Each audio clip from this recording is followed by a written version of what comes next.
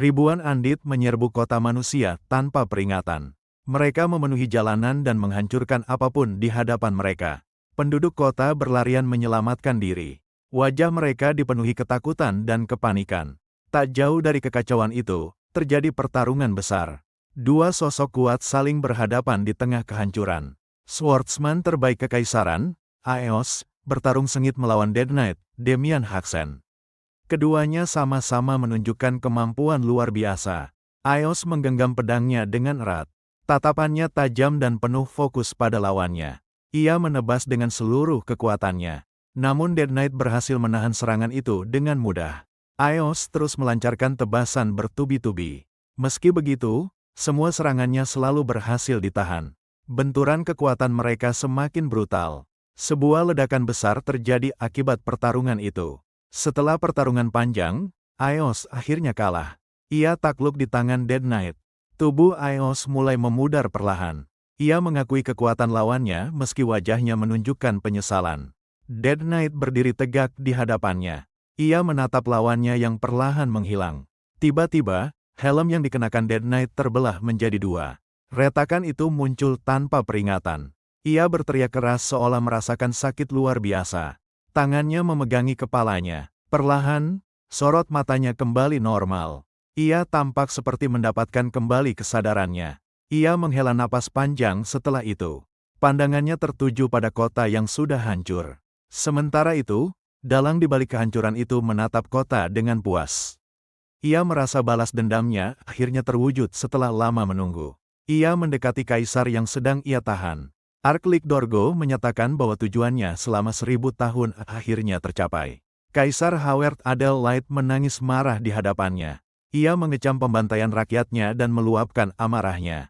Dorgo memotong perkataan kaisar tanpa ragu. Ia langsung mengajak untuk memulai upacara yang telah ia rencanakan. Kaisar terkejut mendengar rencana itu. Ia tidak percaya Dorgo berani melakukan upacara tersebut.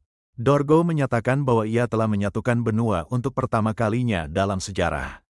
Ia berniat menjadi kaisar dengan caranya sendiri. Kaisar hanya bisa tertunduk lemas. Ia tidak memiliki kekuatan lagi untuk melawan. Dorgo menoleh kepada para bawahannya. Ia memuji para Demon King dan Dead Knight atas kerja mereka. Ia memerintahkan agar mahkota kaisar dibawakan kepadanya. Perintah itu disampaikan tanpa keraguan. Demian maju membawa mahkota tersebut. Ia menyerahkannya sesuai perintah. Dorgo memuji Demian sebagai knight paling setia. Ia menanyakan imbalan apa yang diinginkan. Demian tetap diam tanpa memberikan jawaban. Ia hanya berdiri di hadapan Dorgo. Dorgo ikut terdiam sejenak. Suasana menjadi hening tanpa kata-kata. Dorgo menyebut Demian hanyalah budaknya.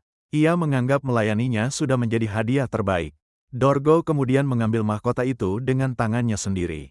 Ia bersiap mengenakannya, tapi tiba-tiba ia merasakan sesuatu yang aneh. Perasaannya berubah menjadi waspada. Mahkota itu meledak secara tiba-tiba. Ledakan tersebut mengguncang area sekitar. Para bawahannya terkejut melihat kejadian itu. Mereka tidak menyangka akan terjadi ledakan. Dorgo berhasil selamat dari ledakan tersebut. Namun ia tampak tidak sepenuhnya aman. Para Demon King segera bergerak melindunginya. Mereka membentuk pertahanan di sekelilingnya.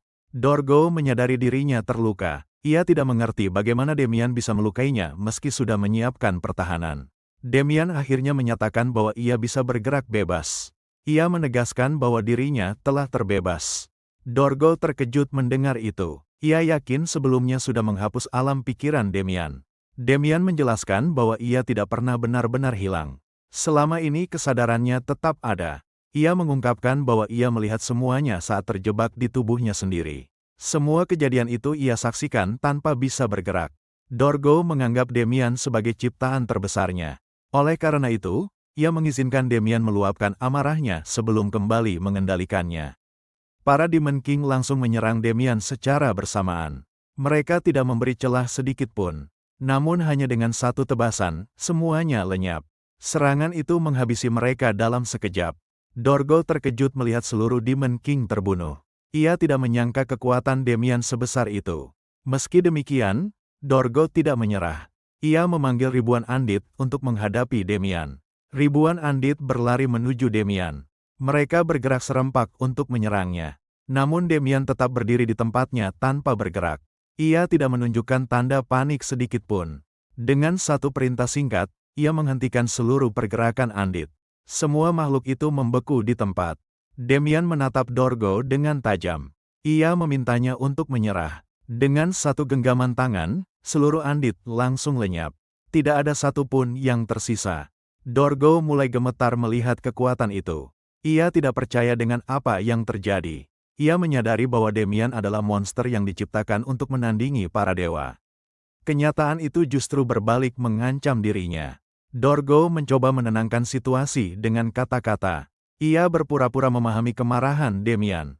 Di dalam hatinya, Dorgo masih menyusun rencana. Ia yakin bisa memindahkan jiwanya dan mengendalikan Demian lagi. Demian mengambil posisi bertarung dengan tenang. Ia menyatakan bahwa selama terjebak, ia hanya memikirkan cara membunuh Dorgo. Ia menatap Dorgo dengan tajam. Ia mengungkapkan telah menciptakan teknik pedang yang bisa memotong jiwa. Dorgo mencoba kabur dengan terbang ke atas. Ia merasa teknik itu terdengar mengerikan dan memilih menghindar. Namun sebelum sempat menjauh, Demian sudah menebasnya. Gerakannya terlalu cepat untuk dihindari. Dorgo merasa bingung karena tidak melihat perubahan apapun. Semuanya tampak normal di permukaan. Ia mulai tertawa lega. Ia mengira teknik itu tidak benar-benar ada. Tapi tiba-tiba ia berteriak keras. Jiwanya terasa seperti ditarik keluar dari tubuhnya. Jiwa itu melayang ke arah langit. Tubuhnya mulai kehilangan kendali. Tubuh tanpa jiwa itu akhirnya meledak. Ledakan itu mengakhiri keberadaannya. Yang tersisa hanyalah tengkorak kosong. Tidak ada kehidupan yang tersisa di dalamnya. Demian menatap sisa itu dengan dingin. Ia memerintahkan agar Dorgo kembali ke neraka. Ia menginjak tengkorak tersebut hingga hancur. Demian mengakhiri Dorgo untuk selamanya. Kaisar yang menyaksikan semua itu gemetar. Ia tidak mampu memahami kekuatan yang baru saja dilihatnya. Ia diliputi kebingungan dan ketakutan. Situasi di hadapannya terasa tidak masuk akal. Demian akhirnya tertunduk lemas. Pertarungan panjang itu menguras seluruh tenaganya. Ia menghela napas panjang. Ia menyadari semuanya akhirnya selesai. Demian meraih pedangnya kembali. Ia berniat melakukan pengorbanan terakhir. Matanya dipenuhi penyesalan mendalam. Ia merasa harus meminta maaf kepada mereka yang telah ia sakiti. Ia teringat saat membantai keluarganya ketika dikendalikan Dorgo. Penyesalan itu menghantamnya tanpa henti. Akhirnya Demian mengakhiri hidupnya sendiri. Ia memilih menutup kisah pahitnya dengan tangannya sendiri. Saat kesadarannya memudar, ia mendengar suara kakaknya. Louise. Suara itu terdengar samar namun jelas di telinganya. Wajah kakaknya terlihat samar di hadapannya. Demian merasa bersyukur bisa melihatnya sebelum semuanya berakhir. Namun wajah itu semakin jelas dari detik ke detik. Demian mulai menyadari ada sesuatu yang tidak biasa. Ia terkejut melihat kakaknya tampak jauh lebih muda. Ia mempertanyakan perubahan aneh tersebut. Louise tersenyum kecil menanggapi sikapnya. Ia berbicara seolah situasinya benar-benar normal. Louise mengajaknya masuk ke rumah karena hujan akan turun. Ia bersikap seperti kakak yang biasa melindunginya. Demian terkejut melihat rumah itu masih utuh. Ia ingat pernah menghancurkannya dengan tangannya sendiri. Ia menatap kedua tangannya dengan bingung. Ia mulai mempertanyakan apakah ini hanya mimpi. Ia teringat masa ketika menjadi Dead Knight. Ia mulai ragu apakah kejadian itu yang sebenarnya mimpi. Demian mengambil sebuah ranting dari tanah. Ia berniat memastikan kenyataan yang sedang ia alami. Ia berdiri tegak dan mengarahkan ranting itu ke batu besar. Ia bersiap mengujinya dengan kekuatan penuh. Ia menusukkan ranting itu sekuat tenaga ke batu. Serangan itu dilakukan tanpa ragu. Ranting tersebut patah seketika. Secara kasat mata, tidak ada yang berubah. Demian malah tersenyum melihat hasilnya. Reaksinya menunjukkan sesuatu yang berbeda dari dugaan awal. Tiba-tiba, batu besar itu retak dan hancur berkeping-keping. Dampak serangan tadi baru terlihat setelahnya. Demian tertawa kecil dengan tubuh gemetar. Ia mulai memahami situasi yang terjadi. Ia kemudian tertawa lepas tanpa menahan diri. Emosinya akhirnya meluap. Demian tertunduk saat hujan mulai turun. Air hujan membasahi tubuhnya perlahan. Ia menangis dengan perasaan campur aduk. Ia menyadari bahwa dirinya benar-benar telah kembali ke masa lalu. Demian mengenang kehidupan pertamanya yang penuh masalah. Ia sadar selama ini hanya membawa kesulitan bagi keluarganya sendiri. Ia sering bertengkar dan membuat keributan di bar. Perbuatannya itu mencoreng nama keluarga. Ia juga pernah memukuli anak bangsawan lain tanpa berpikir panjang. Tindakannya membuat situasi semakin buruk. Karena ulahnya, saudarinya terpaksa menikah dengan pria yang keji. Keputusan itu terjadi demi menutup masalah yang ia buat. Ia juga pernah meminjam uang dengan menjaminkan tanah keluarga. Risiko itu sepenuhnya dibebankan pada keluarganya. Masalah yang ia timbulkan tidak berhenti sampai di sana. Masih banyak kesalahan lain yang terus menumpuk. Pada akhirnya, ayahnya tidak lagi bisa menahan amarah. Ia diusir dari rumah sebagai bentuk hukuman. Meski begitu, saudarinya tetap melepasnya dengan hangat. Ia bahkan memberinya uang agar bisa bertahan hidup. Demian menerima uang itu lalu berlari pergi. Dalam hatinya, ia sadar hidup saudarinya hancur karena dirinya. Ia terus berlari dengan perasaan malu dan bersalah. Hari itu menjadi pertama kalinya ia memahami arti penyesalan. Kembali ke masa kini, Demian terduduk dengan wajah bingung. Ia tidak mengerti bagaimana bisa kembali ke masa lalu. Ia memang ingin meminta maaf kepada keluarganya. Namun ia tidak menyangka akan benar-benar dikirim ke masa lalu. Demian menatap langit dengan penuh tanda tanya. Ia bertanya-tanya apakah ini sebuah keajaiban. Ia melihat tangannya gemetaran setelah memukul batu. Ia menyadari saat ini sulit baginya menggunakan teknik yang dulu ia kuasai. Ia teringat teknik bernama wave breaking.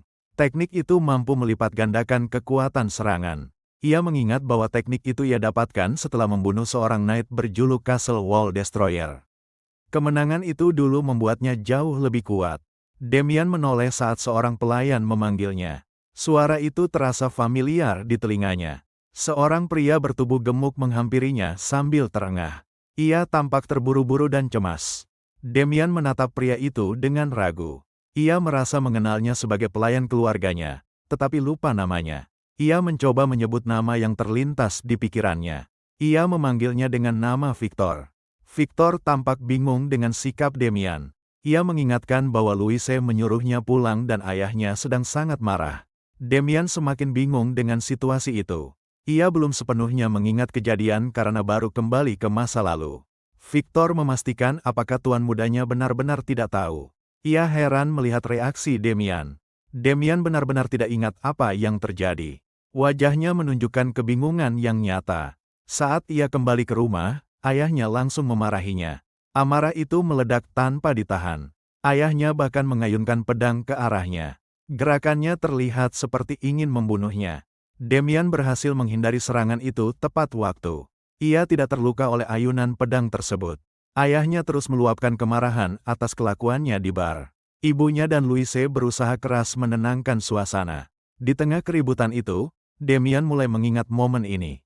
Ia sadar inilah titik waktu yang ia datangi kembali. Ia menundukkan kepala dengan tubuh gemetar. Dalam dirinya, ia menyadari betapa ia merindukan suasana ini. Keluarganya kebingungan melihatnya meneteskan air mata. Reaksi itu tidak biasa bagi Demian. Ayahnya menenangkan diri lalu menuntut alasan. Ia menyuruh Demian berbicara jika memang punya penjelasan. Demian mengakui bahwa ia tidak punya alasan. Ia tidak mencoba membela diri seperti biasanya. Ayahnya terkejut mendengar jawaban itu. Ia tidak menyangka Demian akan berkata demikian. Ia sulit percaya karena Demian biasanya selalu mencari pembenaran. Sikap kali ini terasa berbeda dari biasanya. Demian mengakui bahwa ia memang sering begitu. Namun mendengar penilaian ayahnya tetap membuatnya sakit hati. Ia menyatakan bahwa kesalahannya telah mencoreng nama Visconti Haxen. Ia menegaskan bahwa itu sepenuhnya tanggung jawabnya.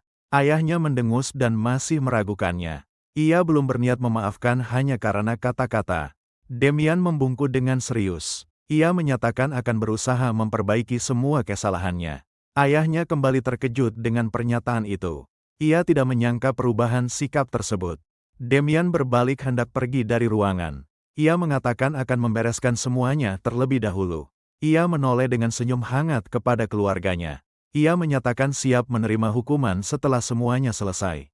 Keluarganya hanya bisa terdiam melihat perubahan itu. Mereka belum memahami apa yang sebenarnya terjadi. Ayahnya bahkan bertanya-tanya apakah Demian mengalami gegar otak. Perubahan sikap itu terasa tidak masuk akal baginya. Setelah itu, Demian pergi menuju Merchant City Lanwag. Ia mulai melangkah untuk menepati ucapannya. Victor mengantarnya sampai ke tempat tujuan. Ia memberitahu bahwa mereka sudah tiba. Victor menoleh dengan wajah khawatir. Ia mengingatkan adanya rumor bahwa tempat itu didukung sindikat berbahaya. Demian tetap berjalan tanpa ragu. Ia mempersilakan Victor pulang jika merasa takut. Demian menoleh dengan tenang. Ia mengatakan hanya ingin meminta maaf dengan tulus kepada pemiliknya. Victor akhirnya menunggu dari kejauhan. Ia hanya berharap semuanya berjalan lancar. Dalam hati, Demian mengakui tidak tahu bagaimana ia kembali ke masa lalu. Namun ia bertekad tidak akan menyia-nyiakan kesempatan kedua itu. Demian mendekati bangunan yang menjadi tujuannya. Langkahnya mantap tanpa keraguan. Para penjaga terkejut melihatnya datang lagi. Mereka tidak menyangka ia berani kembali. Mereka mengenalinya sebagai bangsawan yang pernah membuat keributan. Mereka mengingatkannya bahwa ia sudah diperingatkan untuk tidak kembali. Demian menatap mereka dengan tenang. Ia merasa asing sekaligus familiar dengan situasi itu. Ia menyatakan ingin meminta maaf kepada pemilik bar. Ia mengakui kesalahannya di masa lalu. Para penjaga terdiam sesaat mendengar itu. Mereka terlihat bingung dengan perubahan sikapnya. Tak lama kemudian mereka tertawa mengejek. Mereka menganggap permintaan maaf itu tidak masuk akal. Mereka mulai menjelek-jelekannya dengan menyebut rumor buruk tentang dirinya. Mereka tetap meremehkannya meski mengakui ia tidak seburuk gosipnya. Pembicaraan mereka beralih menyinggung saudarinya. Mereka membicarakan kecantikan Louise dengan nada merendahkan. Salah satu penjaga mendekatinya dengan sikap meremehkan. Ia pura-pura ingin menerima permintaan maafnya. Namun syarat yang diajukan sangat tidak pantas. Ia menjadikan saudarinya sebagai bahan lelucon. Demian tiba-tiba mengambil pisau milik penjaga itu. Gerakannya cepat dan tidak terduga. Ia memutar-mutar pisau itu dengan tenang. Ia mengakui dalam hati bahwa meminta maaf ternyata tidak semudah yang ia kira. Penjaga itu marah dan menuntut pisaunya kembali. Ia menganggap Demian sudah bertindak gila. Tanpa ragu, Demian memotong lengan penjaga itu. Serangannya tegas dan langsung mengenai sasaran. Penjaga itu sempat bingung beberapa detik. Ia belum menyadari apa yang terjadi. Setelah itu ia tersungkur dan berteriak kesakitan. Darah mengalir dari lengannya yang terpotong. Penjaga satunya langsung bersiaga. Ia menyadari situasi berubah menjadi berbahaya. Demian menatap tajam sambil mengacungkan pisau. Ia menyatakan akan menunjukkan siapa dirinya yang sebenarnya. Orang-orang di sekitar mulai menyadari keributan. Sebagian ingin menonton, sebagian memilih pergi. Penjaga satunya marah dan mencoba mengintimidasi. Tapi Demian tetap tidak peduli dengan ancaman itu. Penjaga itu menunjukkan tato di lengannya sebagai peringatan. Ia menyebut nama organisasi Black Snake. Demian terdiam sejenak melihat simbol itu. Ia mengingat organisasi tersebut dari masa depannya. Ia tahu Black Snake sedang memperluas jaringan bawah tanah pada masa ini. Tempat ini adalah salah satu wilayah perlindungan mereka. Ia mengingat tempat ini memang berada di bawah perlindungan mereka. Dulu ia pernah mengeluh soal harga makanan yang terlalu mahal. Karena keluhan itu, ia justru dihajar dan dipermalukan di depan banyak orang. Kejadian itu sempat mencoreng harga dirinya. Demian tersenyum tipis setelah mengingat semuanya. Ia merasa justru merekalah yang seharusnya meminta maaf. Penjaga itu tetap bersikap keras meski tahu Demian bangsawan. Ia menyuruh Demian bersiap menghadapi konsekuensinya. Penjaga tersebut langsung menerjang dengan pedang. Serangannya diarahkan tanpa ragu. Demian menghindar dengan mudah dari tebasan itu. Gerakannya cepat dan terukur. Ia kemudian menjegal kaki penjaga tersebut. Serangan balasan itu tepat mengenai sasaran. Penjaga itu langsung tersungkur ke tanah. Tubuhnya kehilangan keseimbangan. Demian mencengkeram kaki lawannya sambil mengarahkan pisau. Ia mengakui ingin membunuh mereka, tetapi menahannya demi keluarga.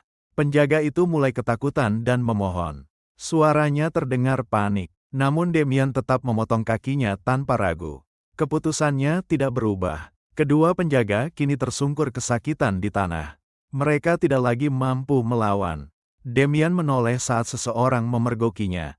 Suara teriakan terdengar dari arah lain. Ia sedikit terkejut dan menduga ada bala bantuan datang. Ia segera bersiap menghadapi kemungkinan itu.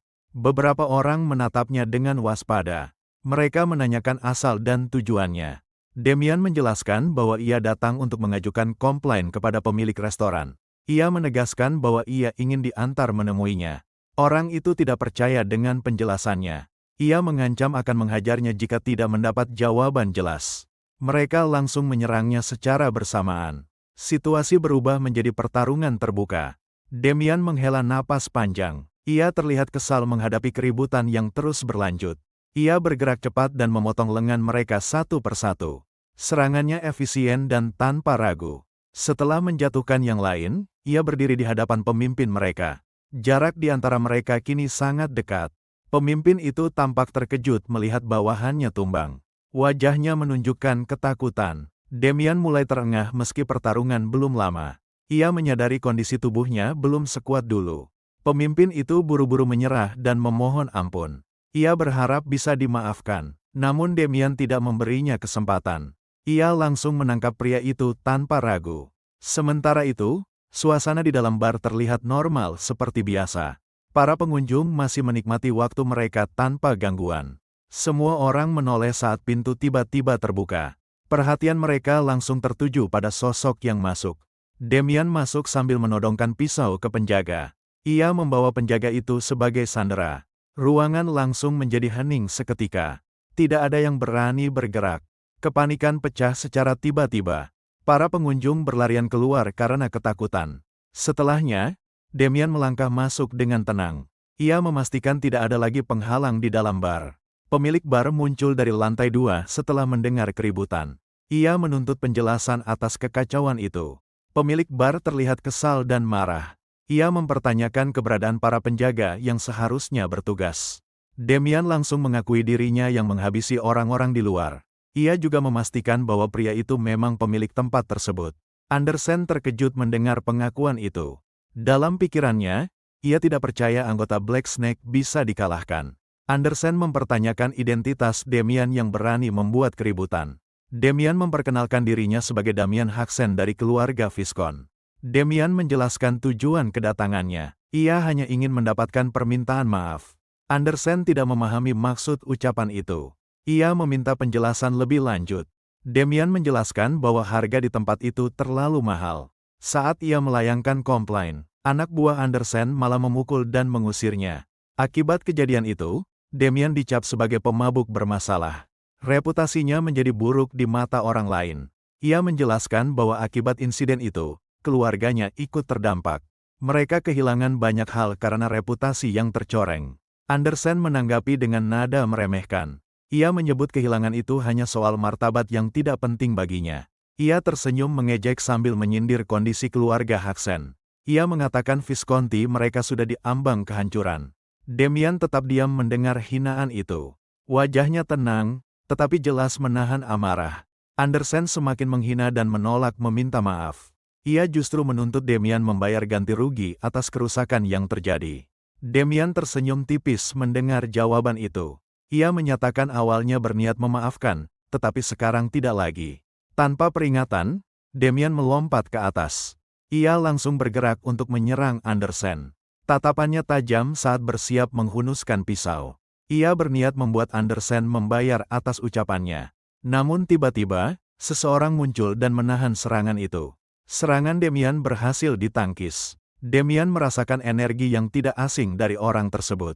Ia segera menyadari lawannya bukan orang biasa. Benturan itu membuat Damian terdorong mundur. Ia mengambil jarak sambil menilai situasi. Andersen terlihat lega dan menyambut orang itu.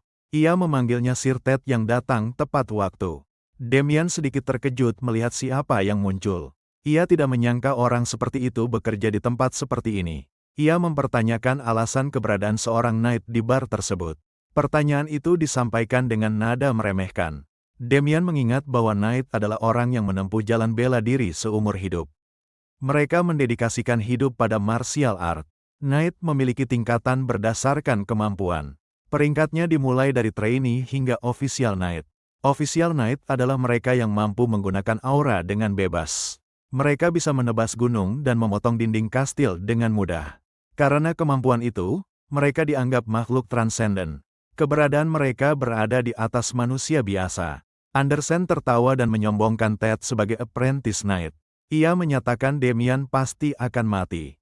Damian justru meremehkan status itu. Ia hanya memastikan bahwa Ted memang seorang apprentice knight. Ia mengatakan hal itu menjelaskan aura yang tadi ia rasakan. Meski samar, aura itu tetap bisa ia tangkap. Ted terkejut karena Demian bisa merasakan auranya. Padahal ia tidak mewujudkannya secara jelas. Demian menyatakan ia mengerti alasan Ted bekerja di tempat itu. Ucapannya terdengar penuh sindiran. Ia menyimpulkan bahwa Ted diusir karena tidak cukup berbakat menjadi official knight. Itu sebabnya ia berakhir di tempat seperti ini. Andersen berbisik kepada Ted dan menawarkan bayaran. Ia ingin memastikan Demian segera ditangani. Ted merasa tersinggung karena Demian terus mencibirnya. Ia menunda pembicaraan itu untuk nanti. Dengan marah, Ted langsung menerjang Demian. Ia berniat menghajarnya terlebih dahulu. Demian menghindari serangan itu dengan santai. Gerakannya ringan dan terukur. Ia terus menghindar sambil mengamati pola serangan Ted. Ia menilai tekniknya cukup tajam meski gerakannya lebar.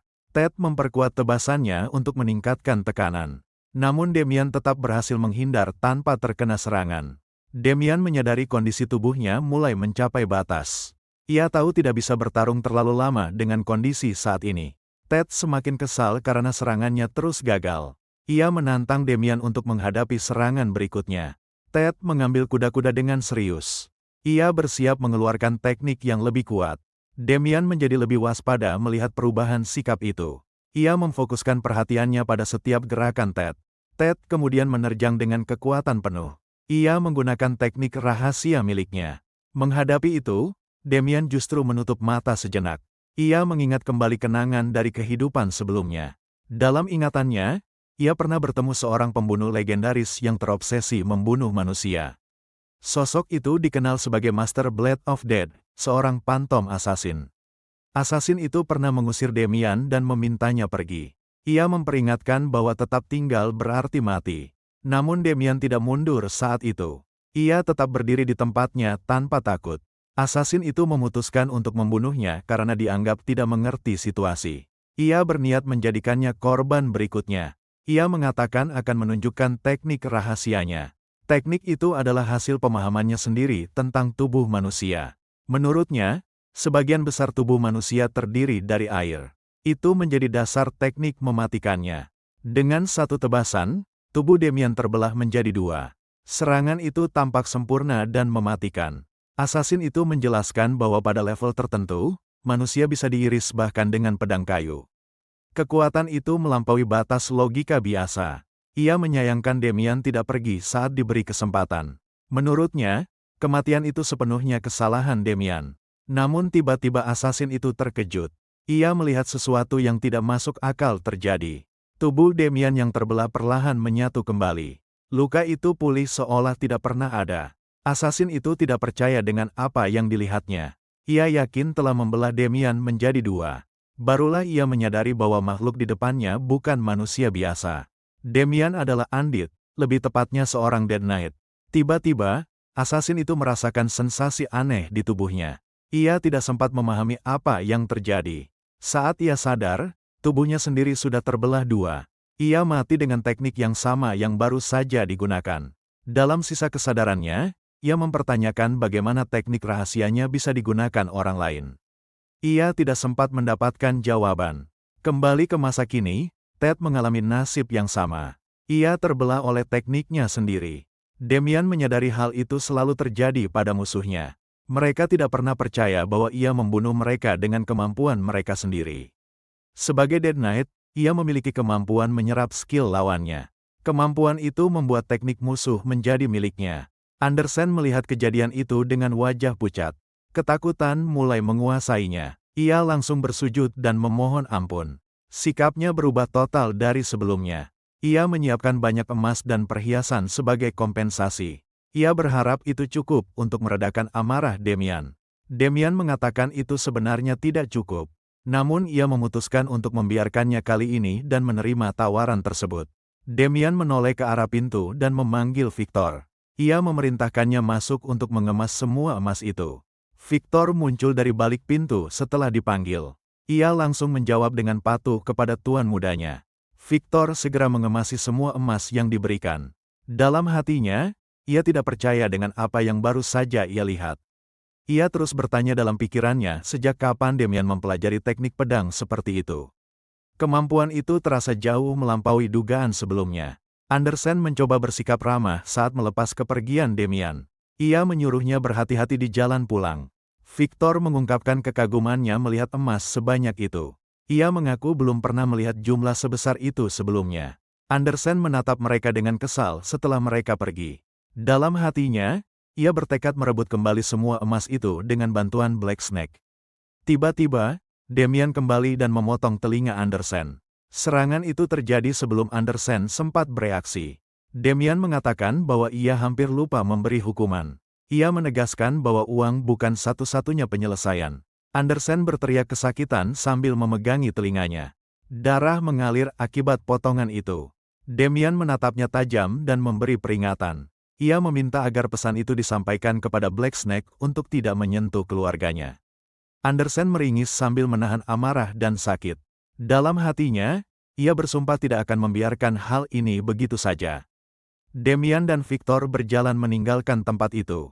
Dalam pikirannya, Demian sadar tindakannya tidak akan menghapus dosa masa lalunya. Namun ia bertekad di kehidupan barunya ini, ia tidak akan mengecewakan keluarganya lagi. Itu menjadi alasan di balik semua tindakannya. Demian menatap lurus ke depan dan mengajak Victor pulang. Victor langsung menyanggupi perintah itu. Di tempat lain, kediaman Leon Blume terlihat tenang. Erwin Leon Blume berbicara kepada kakaknya tentang kalimat mengenai rasa sakit dan cinta. Michael Leon Blume menanggapi dengan heran melihat wajah serius adiknya. Ia menanyakan apakah Erwin hendak pergi bertempur. Erwin menunjukkan ekspresi penuh niat tersembunyi. Ia menyatakan bahwa ia akan mencari cinta. Demian bangun keesokan harinya dengan wajah cerah dan tubuh yang segar. Ia merasa sudah lama tidak bisa tidur senyenyak itu. Sebaliknya, pelayannya Victor terlihat lelah karena tidak bisa tidur semalaman. Ia mengaku khawatir sejak kejadian kemarin. Demian menoleh ke arahnya dan menegaskan semuanya sudah selesai dengan baik. Ia merasa tidak ada lagi yang perlu dikhawatirkan. Ia mengakui rencana mereka memang sedikit melenceng dari tujuan awal. Namun mereka tetap mendapatkan hadiah besar sebagai hasilnya. Demian menjelaskan bahwa rumor tentang kejadian di bar pasti akan menyebar luas. Begitu orang tahu akibatnya berurusan dengannya, mereka tidak akan meremehkannya lagi. Ia juga menyebut citranya sebagai putra Viskon yang tak berguna akan berubah. Victor dalam hati terkejut karena Demian ternyata sangat sadar diri. Victor tetap terlihat cemas memikirkan organisasi Black Snake. Ia khawatir karena Demian telah menghajar anggota mereka dan juga para apprentice knight yang mereka sewa. Demian menegaskan Black Snake tidak akan berani melawan keluarga bangsawan secara terbuka. Ia memastikan akan menangani semuanya jika mereka mencoba bergerak. Victor mengakui dari sudut pandangnya, teknik pedang Demian sangat unik. Ia tidak pernah melihat gaya bertarung seperti itu sebelumnya. Dengan rasa penasaran, Victor bertanya sejak kapan Demian bisa mengayunkan pedang seperti itu. Ia merasa kemampuan itu muncul terlalu tiba-tiba. Demian menghindari penjelasan sebenarnya karena tidak bisa mengungkap masa lalunya. Ia hanya mengatakan sering berlatih diam-diam. Pembicaraan mereka terhenti oleh teriakan keras dari kejauhan. Ayah Demian berlari menghampirinya dengan wajah tegang. Ayahnya langsung memarahinya dengan nada tinggi. Ia menuntut penjelasan tentang kepergiannya kemarin. Ia juga menuduh Demian mungkin telah membuat masalah lagi. Nada bicaranya penuh kecurigaan. Demian tetap tenang dan mengatakan sudah membereskan kekacauannya. Ia meminta Victor menunjukkan sesuatu sebagai bukti.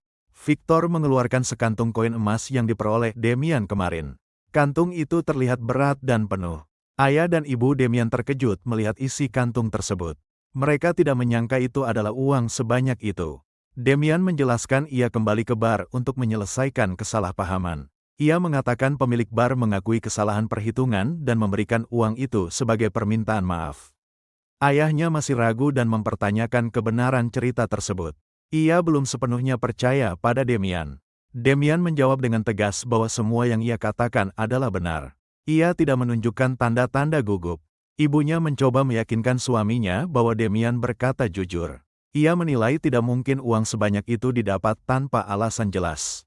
Demian meminta ayahnya bertanya langsung pada Victor jika masih ragu.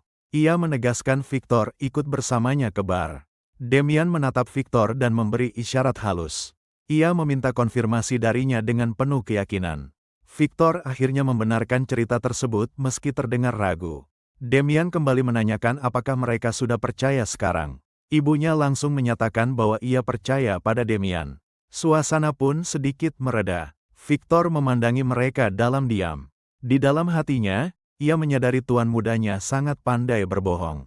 Setelah urusan itu selesai, Damian mulai berlari untuk melatih stamina. Ia ingin memperkuat tubuhnya yang lemah. Tak lama kemudian ia berhenti karena terengah-engah. Napasnya sudah berat meski baru berlari sebentar. Dalam hati, ia menyadari tubuhnya sangat lemah dan lamban. Ia tahu banyak hal harus dilakukan, tetapi kondisinya sekarang belum mendukung. Ia mengeluarkan sebuah potion dari sakunya. Ia merasa beruntung telah berhasil mendapatkannya. Sebelumnya, ia pernah menanyakan tentang potion itu kepada Andersen. Ia ingin memastikan kegunaannya. Andersen menjelaskan itu adalah tonik buatan Akademi Alkimia. Tonik tersebut bisa membantu memperkuat stamina dan energi. Damian menanyakan lebih jauh tentang Akademi Alkimia. Andersen menjelaskan mereka adalah kelompok alkimia yang ahli membuat tonik. Damian teringat kehidupan sebelumnya tentang nilai tonik tersebut. Ia tahu tonik itu setara dengan gemstone yang sangat berharga. Ia tersenyum puas menyadari keberuntungannya. Ia merasa mendapatkan sesuatu yang sangat bernilai. Kembali ke saat ini, Damian langsung meminum tonik tersebut. Ia tidak ragu sedikit pun. Tubuhnya segera terasa dipenuhi energi. Ia menyadari tonik itu benar-benar manjur. Dalam pikirannya, ia ingin segera menjadi lebih kuat. Namun ia tahu harus meningkatkan stamina terlebih dahulu. Ia bertekad untuk kembali ke level kekuatan kehidupan lamanya. Targetnya jelas dan tidak berubah. Ia mengingat nama Dorgo dan ancaman yang akan datang beberapa tahun lagi. Pasukan Andit ciptaannya akan muncul di dunia ini. Damian menggertakkan giginya dengan tekad kuat. Ia harus memperkuat dirinya sebelum ancaman itu terjadi. Ia juga ingin melindungi kebahagiaan keluarganya kali ini. Ia tidak ingin mengulangi kesalahan masa lalu. Dalam hatinya, ia bersumpah akan membunuh Dorgo. Ia tidak akan membiarkan tragedi terulang. Setelah meneguhkan tekadnya, Damian kembali berlari. Ia melanjutkan latihan dengan lebih serius. Sementara itu, di markas Black Snake, Ted terbaring tak berdaya. Ia masih dalam kondisi buruk setelah kalah dari Damian. Pemimpin Black Snake menatap Ted yang terkapar tanpa belas kasihan. Ia menyebut Ted sudah tidak berguna lagi meski dulu rekrutan terbaik mereka. Salah satu bawahan bertanya apa yang harus dilakukan pada Ted. Ia bahkan menyinggung kemungkinan untuk mengobatinya. Pemimpin Black Snake, Cedric Walker, langsung memerintahkan agar Ted dibuang saja. Ia tidak melihat alasan untuk mempertahankannya. Bawahan itu terkejut dengan keputusan tersebut dan meminta kepastian. Cedric tetap bersikeras agar Ted disingkirkan ke suatu tempat. Cedric menegaskan Ted sudah tidak memberi manfaat. Ia menyatakan mereka bisa membayar orang lain sebagai pengganti. Tiba-tiba Ted terbangun dan menyadari rencana mereka. Ia memahami bahwa dirinya memang akan disingkirkan. Cedric menoleh dan tampak sedikit terkejut melihat Ted masih sadar. Namun ekspresinya tetap santai. Cedric mengatakan Ted bisa dipertimbangkan kembali jika mampu pulih. Ia mengucapkannya tanpa benar-benar menunjukkan niat membantu. Ted marah dan langsung menerjang ke arah Cedric. Ia berniat membalas pengkhianatan itu. Namun sebuah energi gelap tiba-tiba menahan gerakannya. Kakinya terkunci di tempat. Energi tersebut menjalar hingga ke tangannya dan membuatnya tak berdaya. Ted tidak mengerti apa yang terjadi. Seorang pria muncul di belakangnya, seorang eksekutif Yulan bernama Agito yang merupakan Black Mage. Ia menanyakan apakah Ted adalah target pertama dari kontrak mereka. Cedric membenarkan hal itu dan meminta Agito menunjukkan kemampuannya. Ted berteriak marah dan menuntut untuk dilepaskan. Agito mulai merapalkan mantra dengan tenang. Aura gelap menyelimuti ruangan. Makhluk-makhluk gelap yang mengerikan muncul dan mengelilingi Ted. Mereka bergerak perlahan mendekatinya. Makhluk-makhluk itu bersiap melahap tubuh Ted. Situasinya menjadi semakin mengerikan. Ted mulai ketakutan dan memohon ampun. Ia tidak lagi menunjukkan keberanian sebelumnya. Namun makhluk-makhluk itu tetap melahapnya tanpa berhenti. Tidak ada yang menolongnya. Tubuh Ted akhirnya menghilang sepenuhnya. Yang tersisa hanya potongan kakinya di lantai. Cedric mengomentari pemandangan itu dengan jijik. Ia tidak menunjukkan sedikit pun simpati. Agito bertanya apakah Cedric sudah puas. Cedric mengakui puas tetapi meminta proses berikutnya dibuat lebih bersih. Agito menyatakan ia mengerti dan menanyakan kapan kontrak berikutnya dimulai. Ia siap menerima tugas baru. Cedric menjelaskan ada seseorang yang mengganggu organisasi mereka. Namun orang itu adalah bangsawan sehingga tidak bisa dibunuh sembarangan. Cedric tersenyum lebar dan memerintahkan agar target itu dibuat menderita. Ia menjanjikan bayaran lebih tinggi jika kerusakan yang ditimbulkan semakin besar. Cedric memberikan uang muka kepada Agito. Agito menerimanya tanpa ragu. Agito tersenyum percaya diri dan menyatakan akan menangani urusan itu. Ia tampak yakin dengan kemampuannya. Di kediaman keluarga Haksen, Damian sedang berlatih angkat beban. Ia terus fokus meningkatkan kekuatan fisiknya. Ia merasakan hasil latihan dan suplemen yang dikonsumsinya sangat efektif. Staminanya meningkat pesat dalam beberapa hari. Namun ia merasa aneh karena belum ada pergerakan dari Black Snake. Ia sempat mengira mereka akan segera mendatanginya. Tiba-tiba, ia merasakan kehadiran seseorang di balik semak-semak. Ia langsung mengira orang itu anggota Black Snake. Damian langsung bergerak cepat dan mencengkram orang di balik semak-semak. Ia tidak memberi kesempatan targetnya untuk melawan. Namun saat melihat wajahnya, ia terkejut karena itu adalah adiknya, Abel.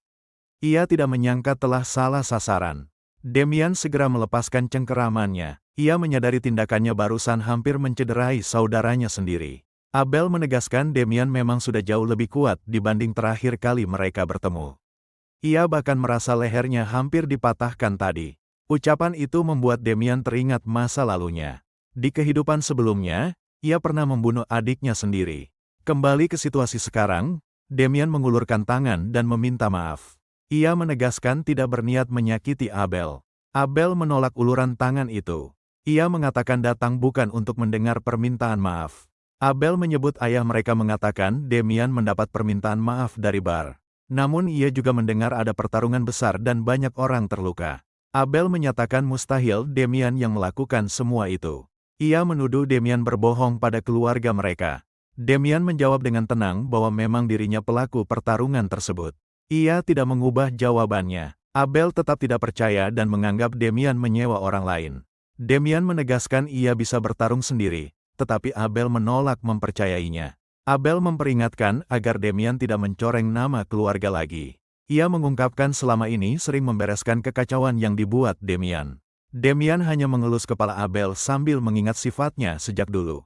Ia tahu Abel selalu rajin dan ingin yang terbaik bagi keluarga.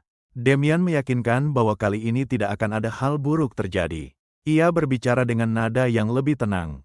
Tiba-tiba, Victor datang tergesa-gesa dengan membawa kabar buruk. Wajahnya menunjukkan situasi yang tidak biasa. Damian langsung bergegas pulang setelah menerima kabar buruk dari pelayannya. Ia tahu sesuatu yang serius sedang terjadi di rumahnya. Setibanya di kediaman, ia melihat Erwin Leon Blume sudah berada di sana. Kedatangan itu jelas menjadi sumber masalah. Erwin menjelaskan bahwa ia telah menceritakan kejadian di aula perjamuan kepada Viscount. Ia datang karena ayahnya sudah mengetahui semuanya dan tidak bisa mengabaikannya. Damian merasa kesal mendengar itu. Ia sadar situasinya semakin rumit akibat tindakannya sebelumnya. Erwin memastikan apakah Damian masih mengingat kejadian malam itu. Ia sengaja mengungkit kembali insiden tersebut. Pada pesta sebelumnya, Erwin memancing amarah Damian yang sedang mabuk. Ia menggunakan kata-kata provokatif untuk memicu reaksi. Damian menuduh Erwin bukan hanya menghina dirinya, tetapi juga melakukan tindakan keji terhadap kakaknya. Tuduhan itu disampaikan dengan emosi yang meledak. Erwin berpura-pura menyangkal dengan alasan Damian terlalu mabuk. Ia berusaha membuat tuduhan itu terdengar tidak masuk akal. Namun secara diam-diam, Erwin mengakui perbuatannya dengan nada meremehkan. Ia jelas sengaja memancing kemarahan Damian. Damian yang tersulut emosi langsung memukul Erwin. Tindakannya terjadi tanpa berpikir panjang. Meski dipukul, Erwin justru tersenyum tipis. Ia merasa rencananya berjalan sesuai harapan. Damian mulai menyadari kejanggalan. Ia heran mengapa seseorang yang hampir menjadi knight bisa dipukul semudah itu. Erwin lalu menyatakan bahwa ia sebenarnya sudah lama mengagumi Louise. Ucapannya terdengar sopan, tetapi maksudnya jelas tersembunyi. Ayah Damian langsung meminta penjelasan atas maksud Erwin. Suasana ruangan menjadi tegang. Dengan senyum licik, Erwin meminta izin untuk menikahi Louise. Permintaan itu disampaikan sebagai solusi atas masalah yang terjadi. Semua orang di ruangan itu terkejut mendengar permintaan Erwin. Suasana langsung berubah menjadi tegang dan sunyi. Damian teringat bahwa di kehidupan sebelumnya Erwin juga memanfaatkan kelemahan keluarganya. Ia sadar pola yang sama sedang terulang kembali. Erwin menyatakan ia akan melupakan semua penghinaan jika pernikahan disetujui. Namun ayah Damian langsung menolak tanpa ragu. Erwin menunjukkan kekesalannya atas penolakan itu. Ia mempertanyakan apakah keluarga Haksen sanggup menghadapi murka keluarganya. Ia kemudian memberi ancaman terbuka. Keluarga Haksen diminta memilih antara membayar harga atau menghadapi amarahnya. Ayah Damian terdiam sejenak memikirkan konsekuensinya. Ia tahu keluarga Leon Blume sangat berkuasa, tetapi ia juga tidak ingin menyerahkan putrinya pada pria seperti Erwin. Tiba-tiba, Louise masuk dan menyatakan akan menerima tawaran itu. Keputusannya membuat semua orang terpaku. Ayah dan ibunya langsung panik mendengar pernyataan itu. Mereka berusaha menghentikan Louise dan mencari jalan keluar lain. Abel mempertanyakan mengapa mereka harus membereskan masalah yang dibuat Damian. Ia jelas tidak setuju dengan situasi itu. Louise tetap tersenyum dan menegaskan ia akan pergi bersama Erwin. Sikapnya terlihat tegas meski suasana kacau. Damian hanya bisa terdiam melihat keputusan kakaknya.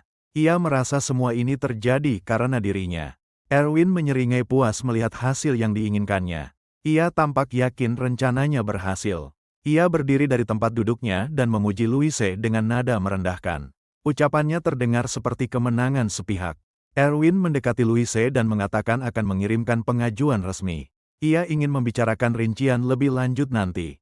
Tapi Damian tiba-tiba menghalangi langkahnya. Tatapannya tajam dan penuh kemarahan yang tidak ditahan lagi. Erwin mengejek Damian dengan menyebutnya calon adik ipar. Dalam hati, Damian menegaskan bahwa ia tidak akan membiarkan kakaknya dihancurkan lagi. Damian bergumam pelan dengan nada dingin. Suaranya terdengar rendah namun penuh tekad. Erwin tidak mendengar jelas dan meminta Damian mengulanginya. Ia terlihat bingung sekaligus kesal. Tanpa peringatan, Damian kembali memukul Erwin hingga terpental. Serangan itu membuat ruangan kembali gempar. Damian menegaskan bahwa ia tidak akan membiarkan Erwin bertindak sesuka hati. Sikapnya kali ini jauh lebih tegas dari sebelumnya. Ingatan Damian kembali pada kehidupan sebelumnya saat Louise dibawa pergi oleh Erwin. Kenangan itu terasa jelas di pikirannya. Saat itu, Damian sempat merasa antusias ketika mendengar kakaknya akan berkunjung. Ia tidak menyangka kenyataan akan berbeda. Namun yang ia lihat justru membuat dadanya sesak. Keadaan kakaknya jauh dari yang ia harapkan. Louise diperlakukan dengan sangat kasar. Tidak ada sedikit pun penghormatan terhadapnya. Ia bahkan diseret dan dipukuli untuk dipaksa menuruti keinginan Erwin. Pemandangan itu membekas kuat di ingatan Damian. Damian saat itu hanya bisa tertunduk lemas. Ia menyalahkan dirinya sendiri atas pernikahan paksa itu. Sejak kejadian itu, ia menyimpan dendam mendalam terhadap Erwin. Dendam itu terbawa hingga kehidupan sekarang. Kembali ke masa kini, keluarganya tercengang melihat tindakan Damian. Tidak ada yang menyangka ia akan bertindak sejauh itu. Para pengawal Erwin segera masuk setelah mendengar keributan. Mereka mencari sumber suara dengan waspada. Mereka melihat tuan muda mereka terkapar di lantai. Kepanikan langsung terlihat di wajah para pengawal itu. Para pengawal langsung menghunuskan pedang mereka. Mereka menuduh Damian sebagai pelaku yang memukul tuan muda mereka. Erwin bangkit dengan wajah penuh amarah. Ia menegaskan bahwa Damian telah memukulnya bukan sekali, tetapi 2 kali. Ayah dan ibu Damian terlihat sangat cemas. Mereka sadar situasi ini bisa berubah menjadi bencana besar. Erwin menghunuskan pedangnya dengan niat serius. Ia mengancam Damian seolah siap membunuhnya saat itu juga. Salah satu pengawal mencoba menenangkan Erwin. Ia mengingatkan bahwa mereka tidak sendirian dan situasi harus dikendalikan. Erwin dengan kasar menyuruh pengawalnya menyingkir. Ia tidak ingin ada yang menghalanginya. Pengawal itu tetap mencoba melindunginya. Ia meminta izin untuk menghadapi Damian sendiri. Erwin justru memukul pengawalnya hingga terpental keras ke tembok. Tindakannya menunjukkan amarahnya tidak terkendali. Ia kembali menegaskan perintahnya dengan nada kasar. Tidak ada yang berani membantahnya lagi. Louise dan Abel terkejut melihat Erwin menyerang bawahannya sendiri. Mereka semakin sadar sifat aslinya. Erwin berjalan mendekati Damian dengan tatapan tajam. Ia meminta solusi untuk menyelesaikan masalah ini. Louise merasa situasi semakin berbahaya. Ia menyadari Erwin tidak berniat memaafkan Demian. Louise mencoba menghentikan Erwin sebelum keadaan semakin buruk. Ia memohon agar konflik ini dihentikan. Namun Demian berdiri di depan Louise. Ia tidak ingin kakaknya ikut terseret lebih jauh. Demian meyakinkan Louise bahwa ia akan menangani semuanya. Ia bertekad tidak membiarkan kakaknya berkorban lagi. Demian menatap Erwin dengan tegas. Ia menantangnya untuk berduel secara langsung. Erwin terkejut mendengar tantangan itu. Ia mempertanyakan keseriusan Demian. Demian menjelaskan aturan duel tersebut. Jika Erwin menang, ia akan memenuhi keinginannya. Tetapi jika kalah, Erwin harus melupakan semua masalah ini. Erwin meremehkan tawaran itu. Ia merasa tidak ada keuntungan baginya karena Louise sudah setuju sebelumnya. Demian sengaja memprovokasi Erwin dengan menuduhnya takut kalah. Ucapan itu berhasil menyentuh harga dirinya. Erwin marah dan merasa dihina. Ia mulai memikirkan duel ini sebagai kesempatan untuk membalas dan mempermalukan Demian. Akhirnya Erwin menerima tantangan itu dengan senyum penuh amarah. Ia berniat membuat Demian cacat dan tetap merebut Louise. Mereka kemudian berpindah ke halaman untuk memulai duel. Semua orang mengikuti dengan perasaan tegang. Ibu Demian merasa khawatir dan ingin menghentikan duel tersebut. Ayahnya hanya bisa berharap Demian memiliki rencana. Abel dalam hati menilai situasinya berbeda. Ia tahu Erwin sudah berada di tingkat knight resmi dan peluang Demian sangat kecil. Erwin bersiap memulai duel dan mengejek Demian yang tidak membawa pedang. Ia mempertanyakan bagaimana Demian akan melawannya. Demian dengan tenang mengangkat sebuah garpu. Ia menyatakan benda itu sudah cukup untuk melawan Erwin. Erwin terdiam sesaat melihat sikap Demian. Ia tidak menyangka akan diremehkan seperti itu. Keluarga Demian juga terkejut dengan pilihan senjata tersebut. Ayahnya merasa tindakan itu terlalu nekat. Erwin tertawa keras menganggap Demian sudah kehilangan akal. Ia yakin kemenangan akan mudah diraih. Erwin langsung menerjang lebih dulu tanpa ragu. Ia tidak berniat menahan diri sedikit pun. Pedangnya diayunkan cepat ke arah Demian. Namun Demian berhasil menghindar dengan gerakan ringan. Erwin sedikit terkejut melihat serangannya gagal. Ia tidak menyangka Demian mampu menghindarinya. Ia menggenggam pedangnya lebih erat dan bersiap menyerang lagi. Kali ini ia tidak ingin memberi celah. Erwin menggunakan teknik andalannya. Ia mengaktifkan teknik pedang khasnya untuk menyerang serius. Tebasan dilancarkan beruntun tanpa jeda. Serangannya datang bertubi-tubi dari berbagai arah. Meski begitu, tubuh Demian tetap tidak tergores sedikitpun. Semua serangan berhasil ia hindari. Para pengawal Erwin terkejut melihat hasil itu. Mereka tidak percaya Demian mampu lolos tanpa luka. Erwin semakin kesal karena tekniknya gagal total. Ia sadar semua serangan tadi dihindari dalam jeda yang sangat singkat. Demian menyeka keringatnya dengan tenang. Ia mengingat bahwa belakangan ini ia terus berlatih dan sudah menganalisis gaya pedang Leon Blume. Ia teringat pernah bertarung sengit dengan Michael di masa sebelum regresi. Pengalaman itu memberinya pemahaman mendalam tentang teknik keluarga tersebut. Demian menilai kemampuan Erwin masih di bawah saudaranya itu. Perbandingan itu membuatnya semakin yakin. Tiba-tiba, Demian menyadari perubahan pada Erwin. Ia merasakan sesuatu yang berbeda dari sebelumnya. Erwin mengeluarkan aura yang kuat dari tubuhnya. Ia menantang Demian untuk mencoba menghindari serangan berikutnya. Demian tetap tenang melihat aura itu. Ia mulai mempertimbangkan bahwa menghindar mungkin akan menjadi lebih sulit. Erwin kembali menerjang dengan niat membunuh. Tatapannya tajam dan penuh kebencian. Demian memilih menggunakan teknik terbaiknya dalam situasi itu. Ia memutuskan mengandalkan teknik Sword Sein. Serangan Erwin berhasil ia tangkis. Benturan senjata terdengar jelas di halaman. Louise dan Abel tercengang melihat hasilnya. Mereka tidak menyangka Demian bisa bertahan sejauh ini. Erwin sendiri terlihat terkejut. Ia tidak percaya serangannya dapat dihentikan. Yang lebih mengejutkan, Demian menangkisnya hanya dengan garpu. Senjata sederhana itu mampu menahan pedang Erwin. Demian lalu memukul balik hingga pedang Erwin terpental. Ia menggunakan teknik rahasia untuk menjatuhkan senjata lawannya. Setelah itu, Demian langsung bergerak maju. Tatapannya fokus dan penuh tekanan. Ia menusukkan ujung garpu ke leher Erwin. Jarak mereka kini sangat dekat dan berbahaya. Keluarganya kembali tercengang melihat posisi itu. Tidak ada yang menyangka duel akan berakhir secepat ini. Para pengawal Erwin panik melihat tuan muda mereka terancam. Mereka hampir bergerak untuk campur tangan. Namun Demian hanya menggores tipis kulit leher Erwin. Tindakannya terlihat disengaja dan terkontrol. Erwin terjatuh dengan wajah ketakutan.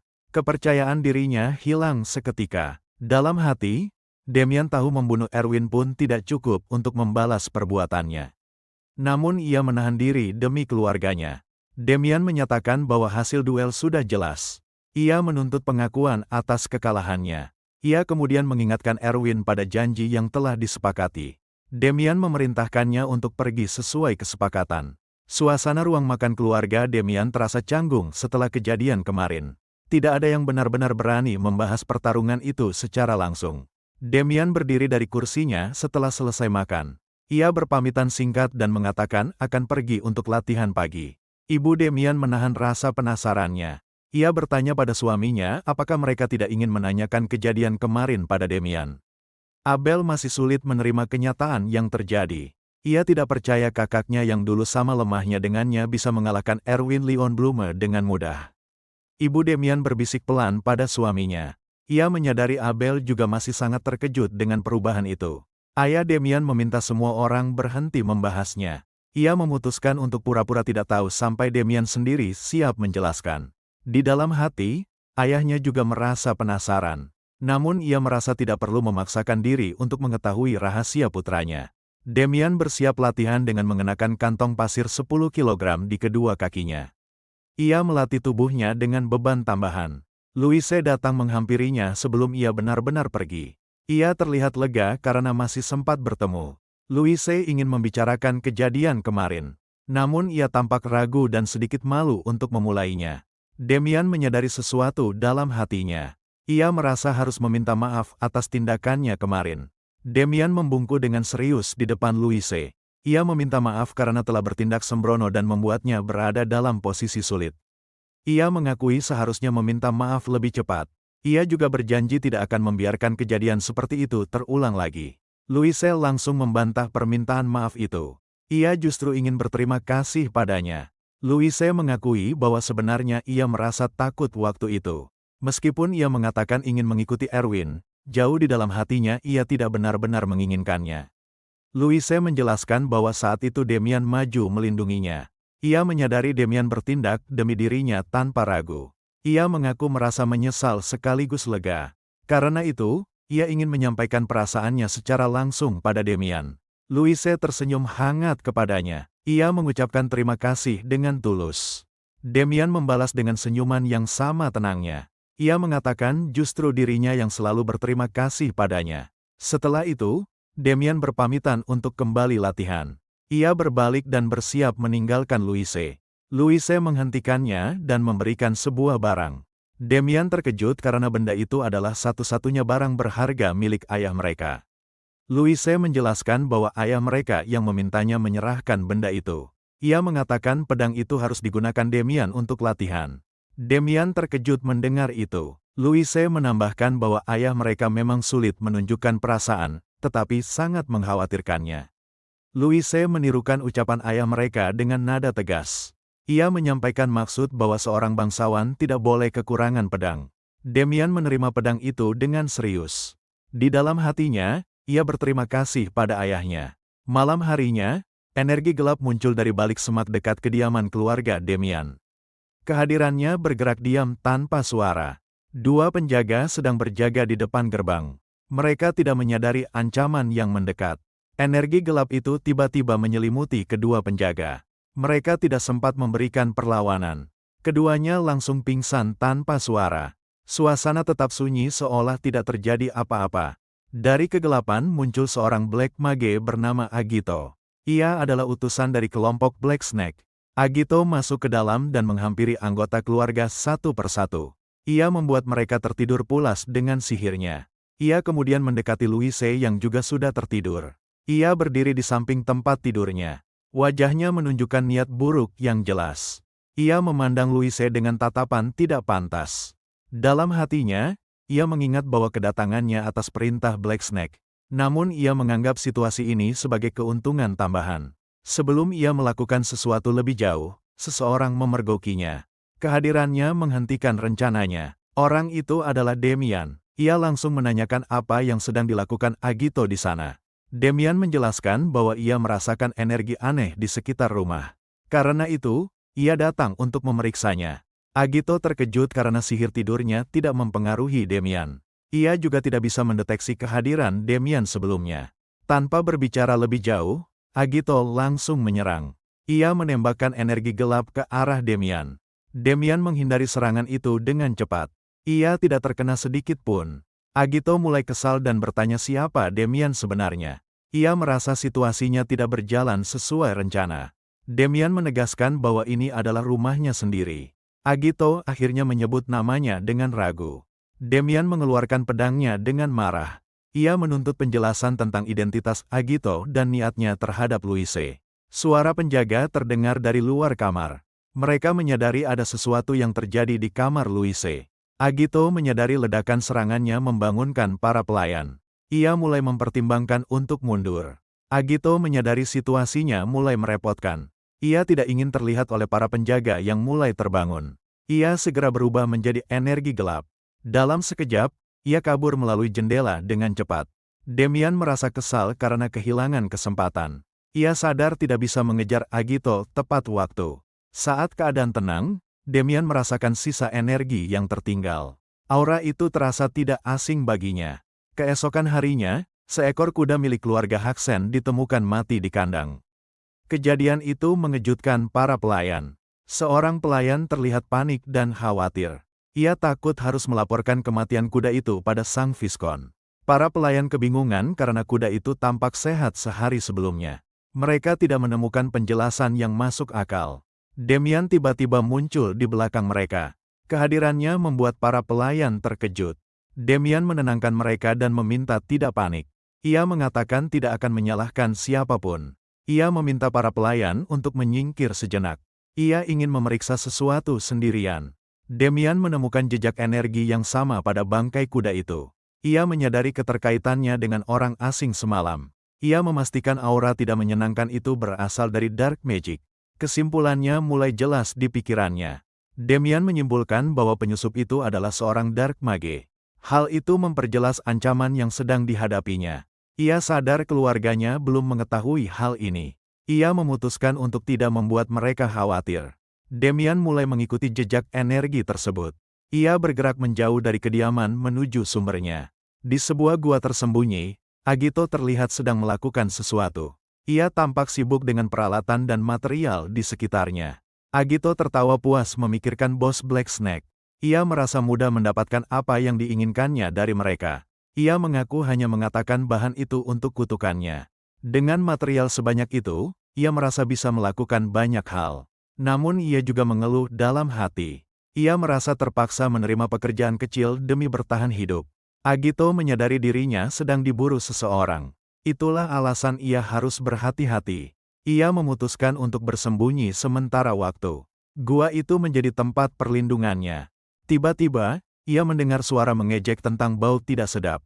Suara itu membuatnya terkejut. Orang itu mengkritik kondisi gua yang pengap. Ia menyindir bahwa tempat itu tidak layak tanpa ventilasi.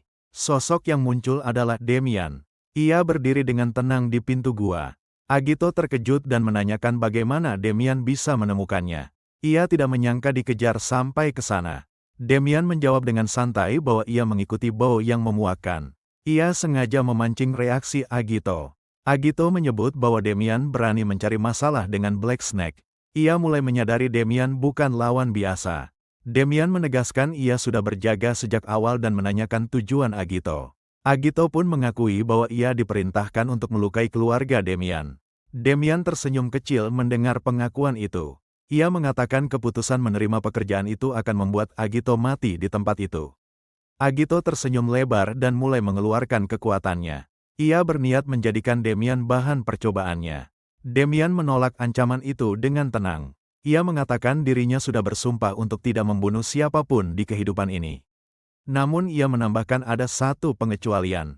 Ia mengangkat pedangnya dan menyatakan Dark Mage seperti Agito termasuk dalam pengecualian itu.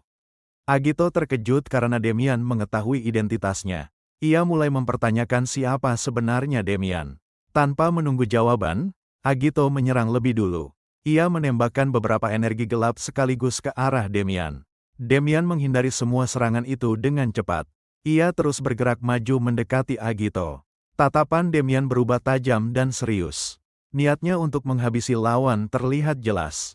Agito terkejut karena dalam sekejap Demian sudah berada di depannya. Ia tidak menyangka kecepatan itu.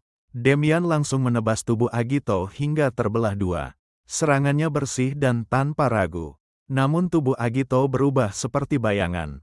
Kedua bagian itu menyatu kembali seolah tidak terjadi apa-apa. Demian menyadari tubuh lawannya beregenerasi. Ia teringat kekuatan aneh yang sempat ia lihat malam sebelumnya. Agito tertawa dan meremehkan serangan tadi. Ia merasa tebasan biasa tidak akan mempan padanya. Demian tidak berhenti menyerang. Ia mengatakan akan terus memotongnya sampai hancur menjadi debu. Ia menebas berkali-kali tanpa jeda. Namun serangannya terasa seperti hanya membelah bayangan kosong. Agito mengakui kemampuan Demian cukup baik. Ia memahami alasan Demian berani datang ke tempat itu. Meski begitu, Agito menegaskan Demian sudah masuk ke wilayahnya. Ia merasa nyawa Demian sudah berada dalam genggamannya. Tiba-tiba, energi gelap menjebak tubuh Demian. Gerakannya tertahan oleh kekuatan itu.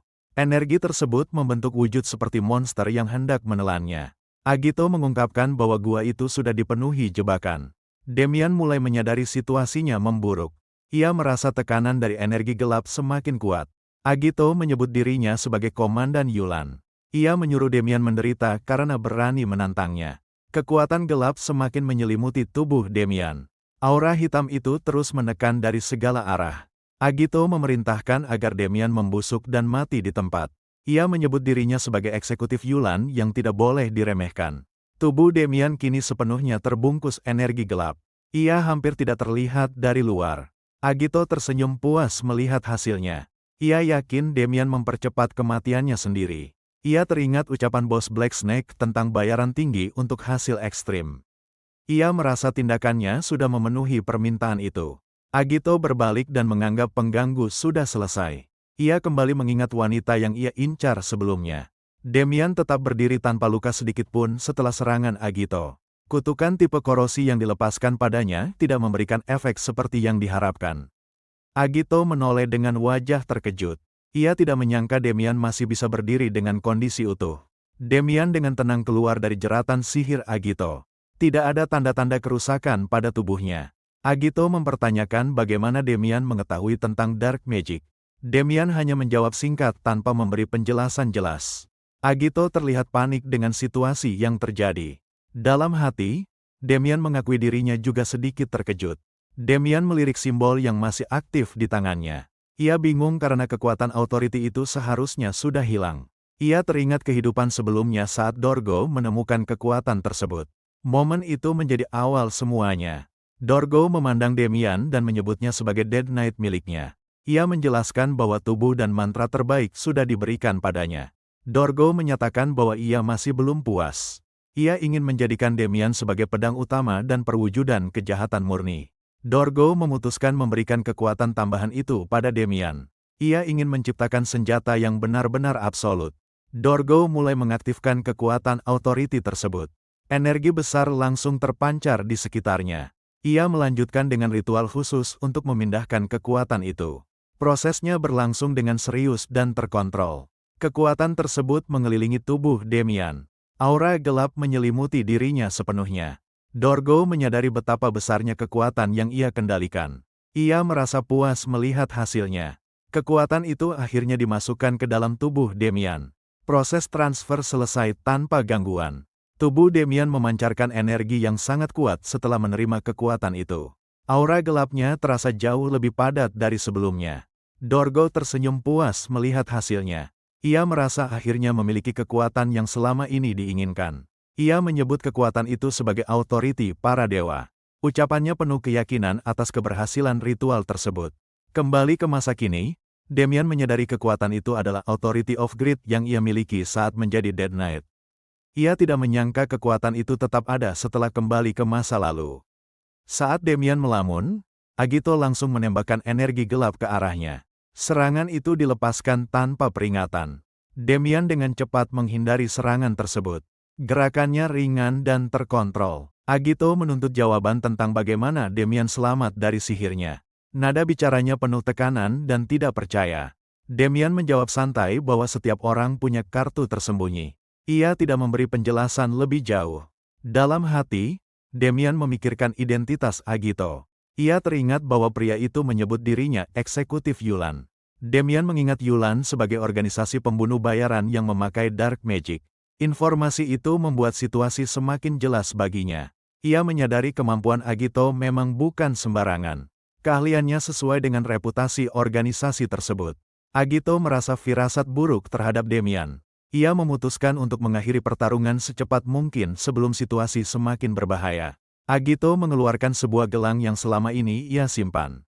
Ia berniat menggunakannya meski awalnya disiapkan untuk menghadapi kultus.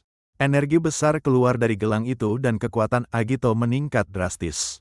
Dark mana di sekitarnya melonjak tajam. Demian langsung waspada melihat jumlah dark mana yang terkumpul. Ia menyadari peningkatannya tidak normal. Ia menyimpulkan gelang itu adalah artefak penyimpan mana. Artefak tersebut mampu menyembunyikan dan melepaskan energi dalam jumlah besar. Dengan mana yang melimpah, Agito menciptakan monster besar yang mengerikan. Wujudnya terbentuk dari energi gelap pekat. Agito yakin Demian tidak akan mampu menghadapi kekuatan itu. Ia percaya serangan ini mustahil ditahan. Ia memerintahkan monster itu membakar Demian hingga mati. Serangan diarahkan tanpa ragu. Monster tersebut membuka mulutnya lebar. Ia bersiap menelan dan membakar Demian dengan api neraka. Serangan api itu tepat mengenai tubuh Demian. Ledakan energi gelap menyelimuti area sekitar. Agito tersenyum puas karena menganggap pertarungan telah selesai. Ia yakin api abadi itu akan terus membakar bahkan setelah kematian. Namun Demian tetap berdiri tanpa luka. Api yang mengelilinginya tidak memberi dampak berarti. Agito terkejut melihat pemandangan itu. Ia tidak mengerti bagaimana api neraka bisa gagal. Api mulai menghilang dari tubuh Demian. Ia menjelaskan bahwa Authority of Greed tidak membatalkan sihir, melainkan menyerap seluruh dark mana. Agito semakin panik saat mendengar kata Authority.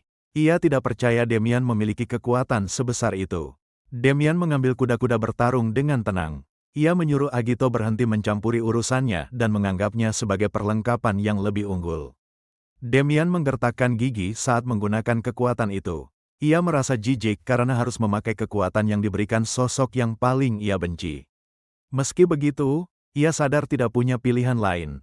Untuk mengalahkan Agito, ia harus memakai teknik milik Dead Knight. Agito merasakan aura pedang yang berbeda dari sebelumnya. Ia menyadari aura itu hanya dimiliki oleh mereka yang telah mencapai tingkat Sword Master. Demian menebas tanpa ragu menggunakan teknik Severance Blade. Tebasannya dilepaskan dengan aura pedang yang tajam dan padat. Agito tidak mampu bereaksi tepat waktu. Ia hanya bisa menerima serangan itu tanpa perlawanan berarti. Tubuh Agito terbelah menjadi dua akibat tebasan tersebut.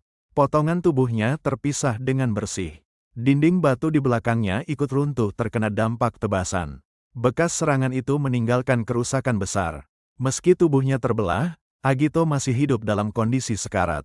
Ia tidak langsung mati di tempat. Demian menodongkan pedangnya ke arah Agito. Ia menuntut informasi tentang lokasi persembunyian Black Snake sebelum mengakhiri hidupnya. Setelah urusan itu selesai, Demian pergi bersama pelayannya, Victor. Mereka menuju markas Black Snake. Victor terlihat bingung dengan keputusan tuannya. Ia mempertanyakan alasan kembali ke Lanwok. Demian hanya tersenyum kecil menanggapi pertanyaan itu. Ia mengingatkan Victor bahwa sebagai pelayan setia, ia cukup mengikuti tanpa banyak bertanya. Victor memperhatikan wajah Demian yang tampak cerah. Namun ia merasa buku yang dibaca tuannya terlihat menyeramkan. Victor bertanya buku apa yang sedang dibaca dengan serius. Rasa penasarannya terlihat jelas. Demian menjawab bahwa itu adalah buku Dark Magic. Ia menyampaikannya dengan nada ringan. Dalam hati, Demian mengingat bahwa buku itu ia dapat setelah membunuh seorang Dark Mage. Ia tidak mengatakannya secara langsung. Victor mengira tuannya sedang bercanda lagi. Ia tahu buku Dark Magic bukan sesuatu yang mudah diperoleh. Victor juga mencium bau aneh sejak di dalam kereta. Ia mulai merasa ada sesuatu yang tidak beres. Sebelum sempat bertanya lebih jauh, kereta mereka berhenti. Mereka akhirnya tiba di tujuan. Demian turun dari kereta sambil membawa karung misterius. Karung itu terlihat berat dan tertutup rapat. Ia menyerahkan karung itu kepada Victor dan memintanya mengurus sesuatu. Victor menyadari bau aneh tadi berasal dari karung tersebut. Ia menanyakan isinya. Demian dengan santai menjelaskan isi karung itu adalah kepala manusia. Ucapannya membuat situasi berubah tegang. Victor tidak percaya dan mencoba memastikan sendiri. Ia masih mengira itu hanya lelucon. Saat diperiksa, isi karung itu benar-benar kepala manusia. Fakta itu membuat Victor terdiam. Victor refleks melempar kepala itu karena panik. Demian dengan cepat menangkapnya sebelum jatuh ke tanah. Victor panik dan hampir berteriak. Demian menyuruhnya tenang karena ada banyak orang di sekitar mereka. Victor tetap kebingungan dengan situasi tersebut. Demian mengatakan penjelasan akan diberikan nanti dan menyuruhnya segera mengurusnya. Demian juga menyerahkan buku catatan bersama karung itu. Ia memerintahkan Victor mengantarkannya ke tempat yang akan disebutkan agar mereka tidak terkena masalah. Victor semakin cemas mendengar kata masalah. Ia tidak memahami sepenuhnya situasi yang dihadapi. Setelah itu, Demian berjalan menuju markas Black Snake. Ia datang sendirian tanpa ragu. Di depan markas, Demian berbicara kepada penjaga. Ia menyinggung kemewahan markas yang berdiri di pusat kota. Penjaga merasa tersinggung dengan sikap Demian. Ia menuntut Demian menyebutkan identitasnya. Demian memperkenalkan dirinya sebagai Damian Haxen dari Visconti Haxen. Ia menyebutkan nama lengkapnya dengan jelas. Penjaga mengejek nama Haxen dan meremehkannya. Ia juga mempertanyakan alasan Demian menyebutkan nama lengkapnya dengan percaya diri. Para penjaga mulai memperhatikan wajah Demian lebih saksama. Mereka menyadari bahwa ia adalah orang yang sebelumnya dibicarakan oleh bos mereka. Demian menyadari mereka sudah mengenalinya. Ia meminta mereka menyingkir karena memiliki urusan langsung dengan pemimpin mereka. Penjaga mempersilakan Demian masuk seolah tidak keberatan. Sikapnya terlihat terlalu mudah dan mencurigakan. Tapi tiba-tiba mereka menembakkan suar sebagai tanda peringatan.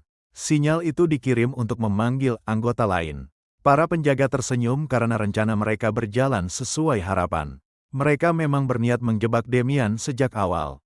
Demian langsung dikepung oleh banyak anggota Black Snake. Mereka tergiur hadiah yang dijanjikan untuk menangkapnya. Demian hanya tersenyum menghadapi situasi tersebut. Ia memperingatkan bahwa mereka akan menyesal. Di dalam markas, Cedric sedang berpesta bersama Gubernur Lanwag, Sebastian Baker. Mereka menikmati kemewahan berkat kerjasama yang terjalin. Guardian Knight Lanwag, Robert, ikut hadir dalam pesta itu. Ia menikmati minuman bersama mereka. Cedric bersikap sopan dan menghormati kedua tamunya. Ia berharap mereka mau terus berkunjung dan menjaga hubungan baik. Sebastian mengusulkan agar Black Snake mulai mengakuisisi organisasi lain. Ia menilai ini waktu yang tepat untuk memperluas pengaruh. Sebastian menyatakan Black Snake bisa mengendalikan seluruh distrik hiburan kota. Cedric tampak ragu namun tetap mempertimbangkan usulan itu. Sebastian menyebut ia bisa menekan pihak lain menggunakan wewenangnya sebagai gubernur. Dukungan politiknya menjadi jaminan. Robert menyatakan dirinya tidak bisa ikut campur langsung. Cedric tetap memujinya atas jasanya menjaga kota. Cedric menanyakan apakah tugas Robert terasa berat. Ia menyiratkan bahwa menjaga kota pasti bukan hal mudah. Robert tersenyum mendengar pujian itu. Ia tampak senang atas pengakuan tersebut. Sebastian menawarkan bantuan jika Cedric membutuhkan sesuatu. Cedric membalas dengan ucapan terima kasih. Dalam hati, Cedric merasa muak harus merendah di hadapan mereka. Ia menantikan saat tidak lagi perlu membungkuk. Ia berambisi menguasai kota sepenuhnya melalui Black Snake. Setelah itu, ia yakin justru mereka yang akan tunduk padanya. Tiba-tiba seorang bawahan datang dengan panik. Ia membawa kabar mendesak untuk Cedric. Cedric kesal karena sedang menjamu tamu penting.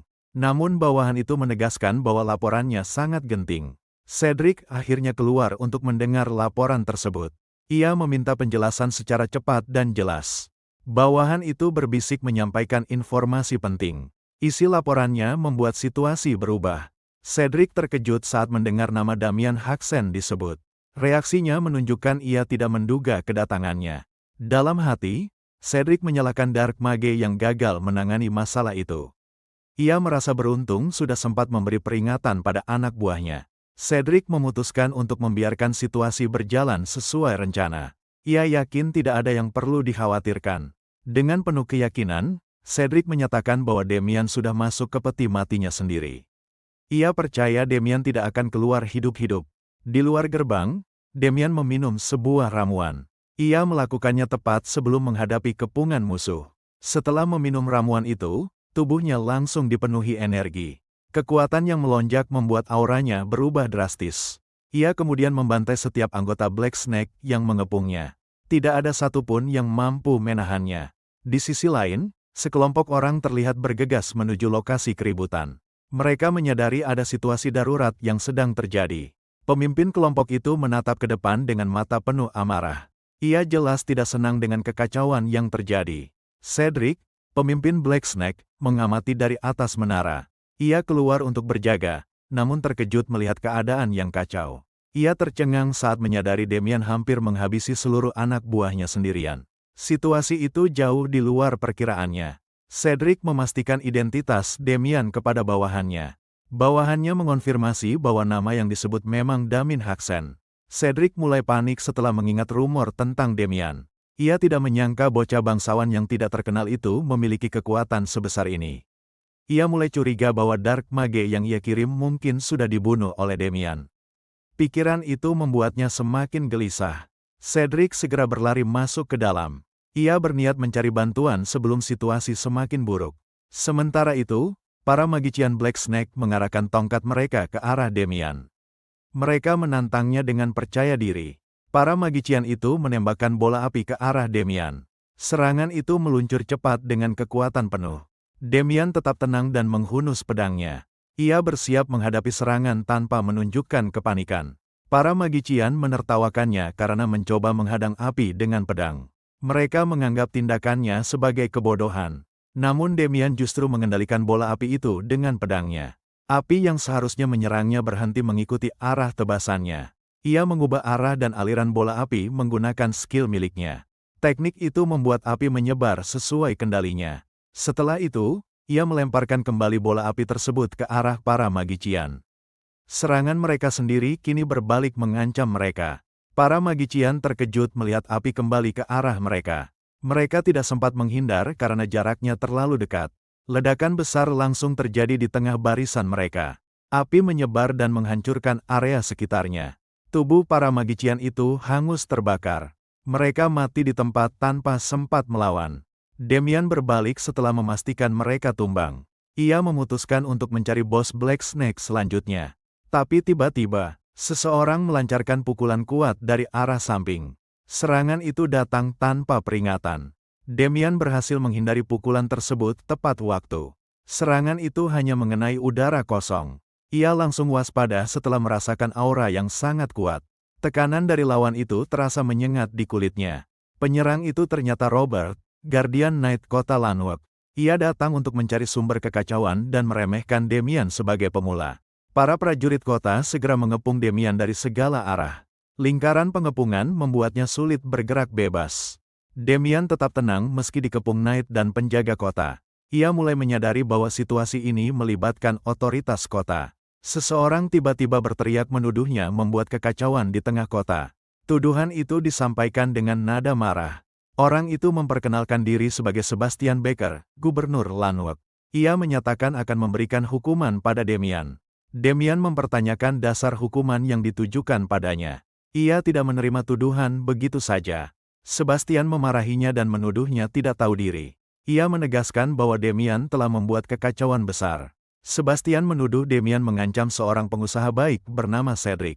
Ia juga menyalahkannya atas para pegawai yang terluka. Warga sekitar mulai berbisik meragukan status Cedric sebagai pengusaha. Namun mereka tetap berhati-hati agar tidak terdengar. Cedric merasa tenang karena dirinya dilindungi oleh gubernur. Ia yakin Damian tidak akan berani menyakitinya dalam situasi itu. Damian menatap Cedric dan menyebutnya sebagai bos Black Snake. Cedric merasa kesal karena identitasnya disebut terang-terangan.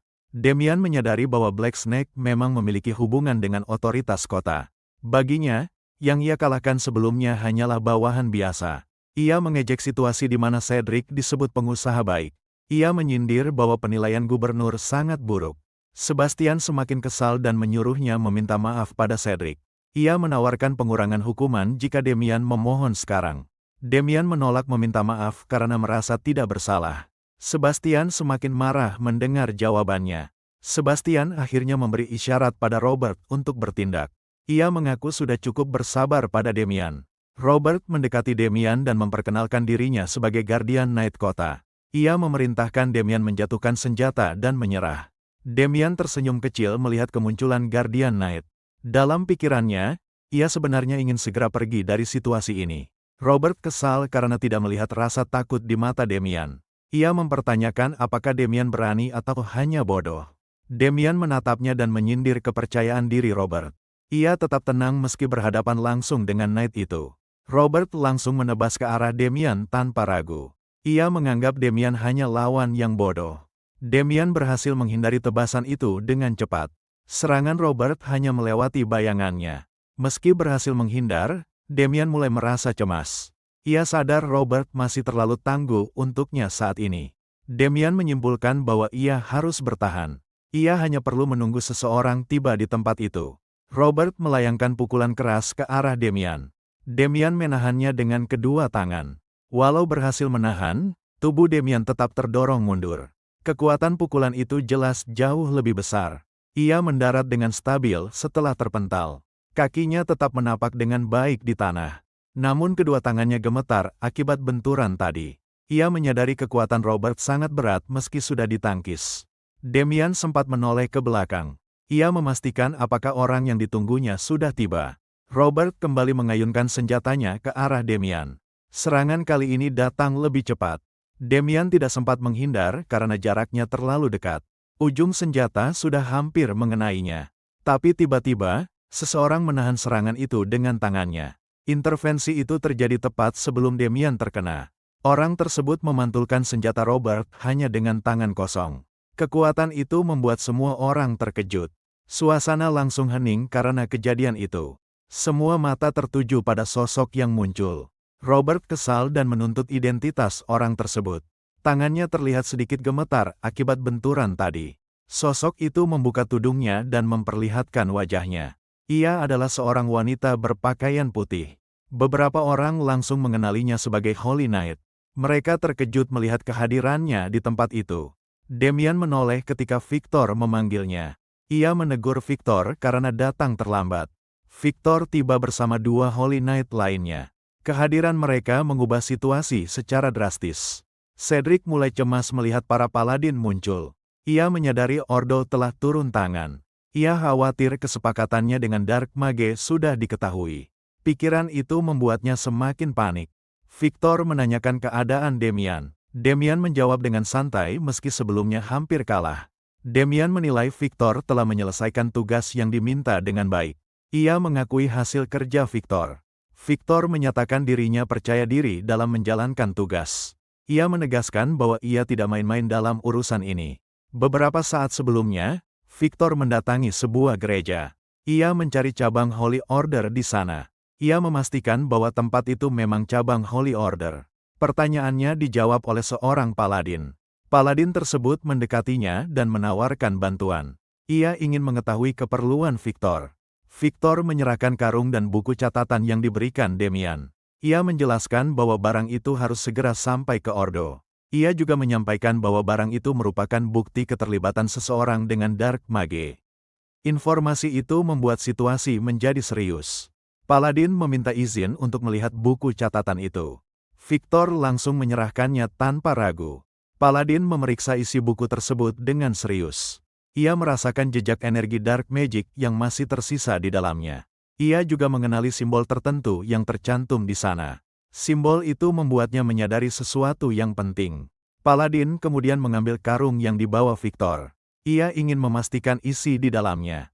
Ia membuka karung tersebut dan mengeluarkan kepala Agito, Black Mage yang telah dibunuh. Bukti itu memperjelas situasi. Tatapan Paladin langsung berubah tajam saat mengenali kepala itu. Ia menyebut Agito sebagai eksekutif Yulan yang akhirnya ditemukan. Ia segera melepas jubah biarawatinya dan menunjukkan sikap tegas. Ia menanyakan keberadaan orang yang menyerahkan bukti tersebut.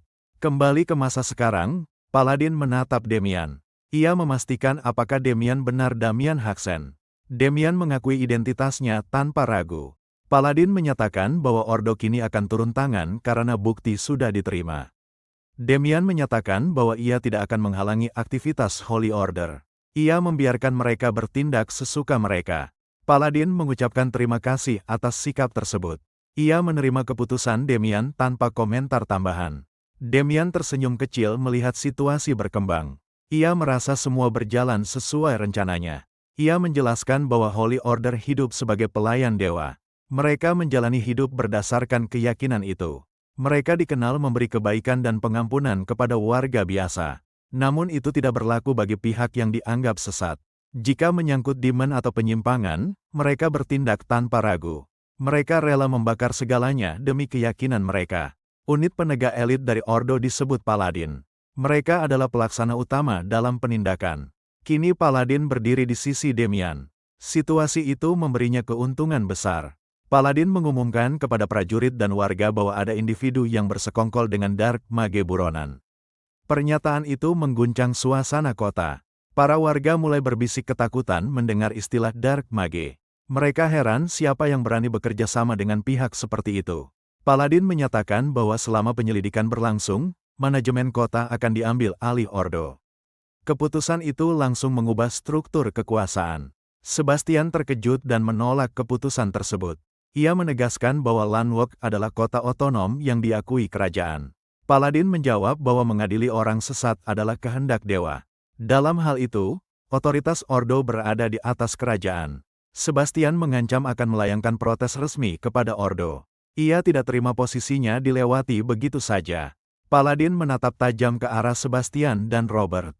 Ia menyatakan bahwa mereka juga menjadi tersangka utama. Sebastian dan yang lain terkejut mendengar tuduhan itu. Mereka mempertanyakan alasan dianggap bersekongkol dengan Dark Mage. Paladin menunjuk langsung ke arah Cedric di depan semua orang. Ia menuduh Cedric sebagai orang yang menyembunyikan dan mendukung Dark Mage. Paladin menatapnya dengan tajam tanpa ragu. Ia menegaskan bahwa melindungi orang seperti itu sudah cukup untuk menimbulkan kecurigaan serius. Sebastian langsung bereaksi dengan marah dan panik. Ia menuntut jawaban dari Cedric atas tuduhan tersebut. Cedric terlihat panik dan segera membantah keras. Ia menyangkal semua tuduhan dan menyebutnya sebagai pencemaran nama baik. Paladin tetap tenang dan menyatakan bahwa bukti sudah ada. Ia menantang Cedric untuk membantahnya jika memang tidak bersalah. Paladin menunjukkan buku catatan yang diserahkan Demian. Di dalamnya tercatat daftar barang yang dibeli Cedric untuk Dark Mage beserta lokasi tokonya, dan semua itu bisa diverifikasi. Cedric terlihat kesal sekaligus panik. Dalam hatinya, ia menyalahkan Dark Mage karena mencatat semua transaksi tersebut. Holy Knight bersiap menangkap Cedric di tempat. Cedric terus mengelak dan menyebut semuanya sebagai kesalahpahaman. Paladin menegaskan bahwa kebenaran akan terungkap melalui penyelidikan resmi. Ia tidak terpengaruh oleh bantahan Cedric. Paladin memerintahkan bawahannya untuk membawa Cedric pergi.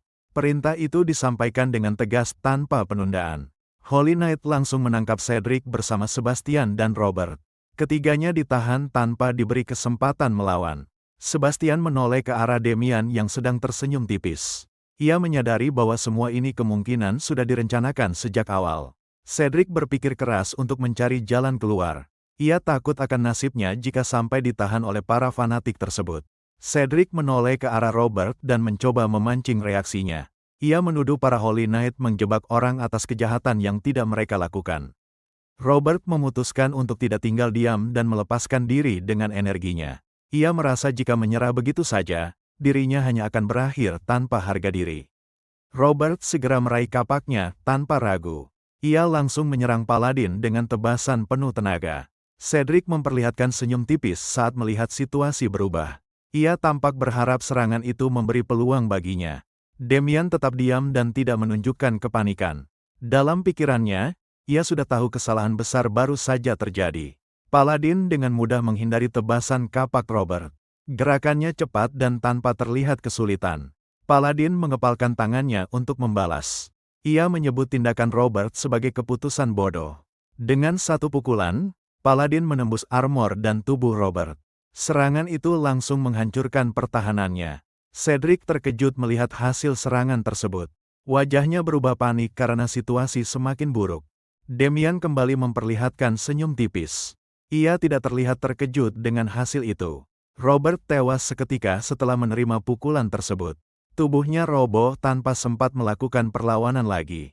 Paladin menatap tegas ke arah yang lain.